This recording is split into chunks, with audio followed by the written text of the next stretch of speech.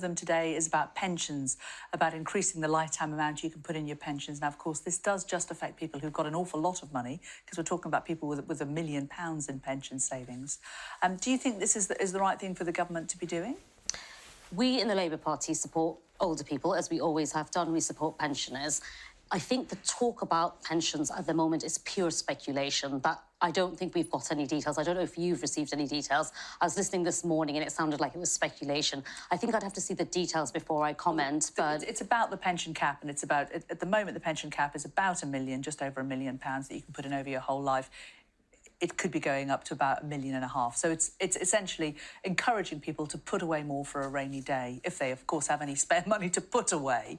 I mean, is that something the Labour Party would support? Have you had that confirmed, the details? Because I heard a Conservative MP say those details weren't confirmed, but no, have you had it confirmed? But it's more the principle. Yeah, in the principle. Do you think in a budget that we should be encouraging people to save more and facilitating those kind of savings? I think I represent a constituency where people are saying that if they had an unexpected £500 come their way, they wouldn't be able to pay it because things are so bad for them. So, of course, we always want people to save more. I would like to see the details, though, because is there a catch in it? And somehow are older people and more vulnerable people going to pay the penalty? That's what I'd like to know before I fully commit. But if you're asking me, should people have some savings and should we be encouraging people to save? Well, of course. I mean, you know, people are in a situation where anything that throws them off normal life and the finances that they have to pay, they struggle to pay it. So, yeah. What would your priorities be for tomorrow's budget? Well, we've talked about how we want a proper windfall tax. I'm sure you've heard this before. The government's brought one in, but we've talked about how we'd like to backdate it and we'd like to close a loophole which allows investment fossil fuel. We want to close that loophole. We want to raise more from the windfall tax. But the other thing we've talked about, if there is headroom, we'd like to freeze fuel duty, and that's what we've said to the government. It sounds like from people who are commenting on the budget that there will be headroom to do this.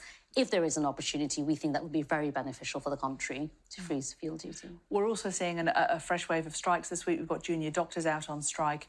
They're wanting a pay rise of over 30%. How realistic is it, do you think, that they should get that? I was with a junior doctor yesterday because Keir Starmer hosted an International Women's Day event with women from the health sector, and I spoke to a junior doctor. The first thing I'd say is that no one goes on strike on a whim.